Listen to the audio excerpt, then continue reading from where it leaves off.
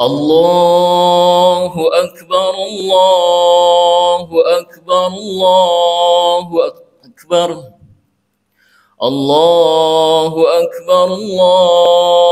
أكبر الله أكبر الله أكبر الله أكبر الله أكبر الله أكبر كبيرا والحمد لله كثيرا وسبحان الله بكرة وأصيلا لا إله إلا الله وحده صدق وعده ونصر عبده وأعز جنده وهزم الأحزاب وحده لا إله إلا الله ولا نعبد إلا إياه مخلصين له الدين ولو كره الكافرون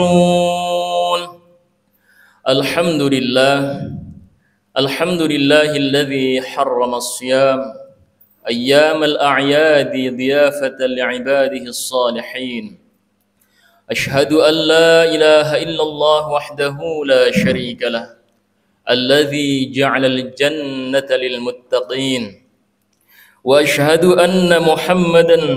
أن سيدنا ومولانا محمدا عبده ورسوله الذي بعث في الأميين اللهم صل وسلم وبارك على سيدنا محمد وعلى آله وأصحابه ومن تبعهم بإحسان إلى يوم الدين أما بعد فيا أيها الحاضرون أوصي ونفسي بتقوى الله أوصي نفسي وإياكم بتقوى الله فقد فاز المتقون وأحثكم على طاعة الله ورسوله لعلكم ترحمون أعوذ بالله من الشيطان الرجيم بسم الله الرحمن الرحيم فمن لم يجد فصيام شهرين متتابعين من قبل أن يتماسا فمن لم يستطع فإطعام 60 مسكينا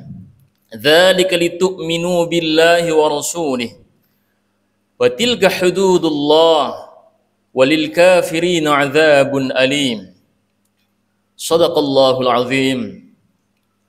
Ma'asyara kaum muslimin, jamaah salat Idul Fitri rahimani Allah wa iyyakum ajma'in. Hari ini adalah hari Idul Fitri 1 Syawal 1446 Hijriah bertepatan dengan tanggal 31 Maret 2025. Hari ini dapat disebut sebagai hari kemenangan bagi orang-orang yang berpuasa karena dia mampu berlomba-lomba mengisi perintah Allah dengan berpuasa, dengan menjalankan salat sunnah tarawih dan mengakhirinya dengan zakatul fitrah maupun zakat mal. Hari ini layak disebut hari lebaran karena lebar, karena hari ini adalah hari tuntasnya tugas dari Allah Subhanahu wa taala untuk menjalankan ibadah puasa. Sebagaimana perintahnya, wahai orang-orang yang beriman, telah diwajibkan atas kalian berpuasa. Sebagaimana kewajiban puasa juga telah diwajibkan atas umat-umat sebelum kalian, supaya kalian menjadi orang-orang yang bertakwa kepada Allah. Allahu Akbar, Allahu Akbar, Allahu Akbar, walillahil hamd. Ma'asyara kaum muslimin rahimani Allah wa iyyakum ajma'in.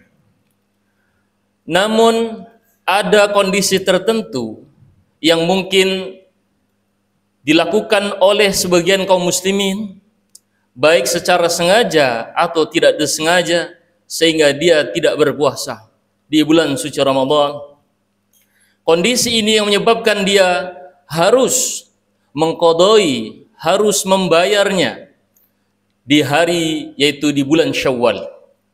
Yang pertama, di dalam sebuah kitab Bulughul Maram, Siti Aisyah radhiyallahu anha, istri Rasulullah, ibu kita semua kaum mukminin, pernah meriwayatkan sebuah sabda Nabi sallallahu alaihi wasallam. Kata Nabi, "Man mata fa alaihi siyamun." barang siapa yang meninggal dunia lalu dia punya qada puasa, maka shoma anhu waliyuhu, maka wajib walinya, yaitu ahli warisnya, baik itu keluarga, orang tua, anaknya, adiknya, mengqadai puasa almarhum almarhumah. Hadis sahih riwayat Muslim. Ada juga sebuah hadis riwayat Bukhari yang disampaikan oleh Sayyidina Ibnu Abbas radhiyallahu an, bahwasanya suatu waktu jaa rajulun ila Nabi sallallahu alaihi wasallam. Ada suatu waktu seorang laki-laki datang menghadap Rasulullah sallallahu alaihi wasallam, lalu dia berkata, "Ya Rasulullah, wahai utusan Allah, inna ummi matat, sesungguhnya ibuku telah meninggal dunia dan beliau memiliki hutang puasa Ramadan selama 30 hari. Apakah apakah saya harus mengqadainya ya Rasulullah?" Lalu Rasulullah pun menjawab, "Wahai laki-laki, wahai orang yang beriman, apakah ketika kamu berhutang kamu wajib membayarnya?" Laki-laki itu menjawab, "Qala na'am." "Tentu ya Rasulullah." Maka Rasulullah menjawab dengan tegas bahwasanya hutang kepada Allah ahaqqu bil qada, lebih berhak untuk dibayar. Hadis sahih riwayat Bukhari. Tentu dalam perjalanan hidup manusia kita sering menyaksikan dan mendengarkan bagaimana jenazah dihantarkan sebelum dihantarkan ke liang kubur, di depan rumahnya diumumkan, barangkali di antara saudara-saudari memiliki sangkutan hutang piutang dengan almarhum almarhumah, maka mohon hubungi ahli warisnya. Namun di antara kita kadang lupa bahwa hutang kepada Allah ahaqqu bil qada, lebih wajib untuk dibayar. Sebagaimana kita hutang kepada manusia pun akan kita merasa malu, begitu juga hutang kepada Allah harusnya juga memiliki malu. Andai kata kita hutang kepada manusia, khawatir dikejar-kejar, khawatir dipidanakan, khawatir dipenjarakan dan seterusnya, maka ketahuilah orang-orang yang memiliki hutang puasa pun akan dikenakan wajib membayar qada puasanya, dan juga akan dikenakan pidana di akhirat nanti ketika dia tidak mau membayarnya. Maka sebagai birrul walidain, maka sebagai bentuk amal bakti kita kepada kedua orang tua, maka seyogyanya dan sepatutnya bukan hanya mau dan bersedia menerima warisan harta benda almarhum almarhumah, tapi juga mau dan bersedia meneliti, menghitung berapa hutang almarhum almarhumah kepada Allah Subhanahu wa taala dalam bentuk perintah Allah yang ditinggalkan sebagaimana perintah puasa ataupun perintah haji. Allahu akbar, Allahu akbar, Allahu akbar. Ma'asyarakum muslimin rahimani Allah wa iyyakum ajma'in. Setelah kita berpuasa selama 1 bulan penuh, ada sebagian kaum muslimin menjalankannya selama 29 hari. Ada juga kaum muslimin yang menjalankannya selama 30 hari. Namun tentunya batasnya tidak boleh kurang dari 29 hari dan tidak boleh lebih daripada 30 hari. Dalam rangkaian ibadah puasa, kita diakhiri dengan membayar zakat. Disebut sebagai zakat fitrah karena hari ini adalah hari Idul Fitri. Id artinya kembali, al-fitri berbuka. Al-fitri diambil dari kata al-iftar, artinya kembali berbuka. Pada hari ini orang-orang yang berpuasa wajib untuk berbuka puasa. Dan juga pada hari ini bagi kaum mukminin wajib untuk membayar zakat fitrah bagi yang mampu. Sedangkan bagi orang-orang yang tidak memiliki kemampuan, seperti halnya orang-orang yang tidak mencukupi kebutuhan harian makanan dan juga kebutuhan jajan pokok anak istrinya, bahkan dia masih menumpang rumahnya, maka dia tidak wajib membayar zakat fitrah. Justru dia menjadi kategori mustahik zakat, menjadi kategori orang yang berhak wajib menerima zakat. Adapun bagi orang-orang yang kategori muzakki, orang-orang yang wajib berzakat, tentunya ada sebagian kaum mukminin yang diberi kelapangan rizki oleh Allah Subhanahu wa taala yang harus membayar zakat. Membayar zakat atas karunia Allah dalam bentuk zakat pertanian, zakat peternakan dan seterusnya sebagaimana yang ditentukan oleh Allah dan Rasulnya. baik itu panen padi 1 ton gabah, baik itu panen singkong, rujuk kepada 1 ton gabah kering dari beras atau padi, baik itu panen buah-buahan seperti semangka, cabai, dan seterusnya yang memang itu karunia dari Allah Subhanahu wa Ta'ala. Maka dengan hal itu ada aneka ragam keberkahan yang Allah janjikan kepada kita semua. Allah katakan, walau anna ahlal qura amanu wattaqau lafatahna alaihim barakatim minas sama'i wal ard. Andai kata penduduk sebuah negara, penduduk sebuah negeri, andai kata penduduk sebuah desa mau beriman dan bertakwa kepada Allah Subhanahu wa Ta'ala, sungguh akan kami bukakan untuk mereka aneka ragam berkah yang muncul, yang jatuh dari langit maupun yang dimunculkan oleh Allah dari bumi atau tanah milik Allah. Hadirin rahmani Allah wa iyyakum ajma'in. Kadang di antara kita ketika sudah diberikan nikmat oleh Allah Subhanahu wa Ta'ala, lupa bahwa ada sebagian harta yang kita terima dari Allah, itu ada hak fakir miskin, ada hak ibnu sabil, ada hak sabirillah. Sehingganya kita dengan sombongnya tidak pernah menghitung hak-hak tersebut. Secara langsung atau tidak langsung masuk kategori zalim. Maka jangan aneh ketika keberkahan diambil oleh Allah Subhanahu wa Ta'ala. Ketahuilah, para pemangku kekuasaan, pengambil keputusan tentang harga singkong, yang bisa membolak-balikan hatinya hanya Allah Subhanahu wa Ta'ala.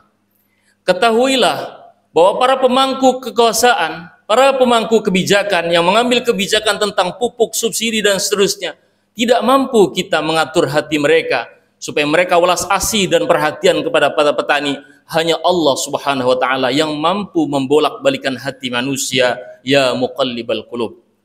Maka oleh karena itu, jangan lupa hak Allah Subhanahu wa Ta'ala. Bukankah pada tahun 90-an Allah sudah beri contoh bagaimana Allah kirim pasukan belalang, bagaimana Allah kirim pasukan tikus untuk menghabisi semua hasil panen kita, panen jagung, panen padi. Allah bisa kirim angin, Allah bisa kirim badai, Allah bisa kirim banjir, Allah bisa kirim aneka ragam ujian untuk menghanguskan, menghabiskan dalam hitungan menit bahkan detik jika Allah berkehendak. Maka oleh karena itu, mari kita sama-sama dalam momen Lebaran ini mengintrospeksi diri. Bagi orang-orang yang masih memiliki hutang berpuasa, bayarlah. Bagi orang-orang yang masih memiliki hutang zakat, bayarlah. Lalu yang kedua, hadirin rahimani Allah wa iyyakum ajma'in. Ada kondisi di mana seseorang lalai kepada Allah Subhanahu wa Ta'ala di siang hari bulan suci Ramadan. Dia bersenang-senang dengan istrinya, dia melakukan hubungan dengan istrinya. Maka siapapun di antara hamba Allah, di antara kaum mukminin yang bersenang-senang di siang hari bulan suci Ramadan, dia terkena denda dari Allah Subhanahu wa Ta'ala. Dijelaskan dalam Al-Quran surat Al-Mujadalah ayat 4 tentang denda bagi orang-orang yang berani tidak menghormati siang hari bulan suci Ramadan. Yang pertama, dendanya dalam bentuk wajib memerdekakan budak sahaya bagi yang mampu. Andai kata tidak mampu, maka Allah Subhanahu wa Ta'ala berfirman, "Faman lam yajid fasyamu syahraini mutatabi'aini min qabli ayyatamassa." Maka barang siapa tidak bisa menemukan, tidak bisa membayar dengan memerdekakan budak sahaya, dia wajib untuk berpuasa, yaitu 2 bulan berturut-turut atau 60 hari berturut-turut tanpa putus 1 hari pun, min qabli ayyatamassa, sebelum dia bercampur lagi dengan istrinya. Bagaimana kalau dia tidak mampu untuk berpuasa 2 bulan berturut-turut, 60 hari berturut-turut tanpa putus? Allah berikan solusi yang kedua. Faman lam yastati' fa it'amu 60 miskina. Barang siapa yang tidak mampu berpuasa 2 bulan atau 60 hari berturut-turut, maka wajib baginya untuk memberi makan 60 orang miskin. Khatib ulangi, faman lam yastati', maka barang siapa yang tidak punya kemampuan untuk berpuasa 2 bulan atau 60 hari berturut-turut, maka Allah wajibkan dia memberi makan kepada 60 orang miskin. Dzalika litu'minu billahi wa rasulih. Itu adalah bertujuan supaya mereka membuktikan keimanan mereka kepada Allah dan Rasulnya. Wa tilka hududullah. Itu adalah aturan hukum Allah. Walil kafirina adzabun alim. Bagi orang-orang yang melanggarnya, bagi orang-orang yang mengingkarinya, bagi orang-orang yang menganggap sepele atas perintah itu, adzabun alim. Allah siapkan baginya siksa yang sangat pedih. Hadirin yang mulia, rahimani Allah wa iyyakum ajma'in. Allahu akbar, Allahu akbar, Allahu akbar, walillahil hamd.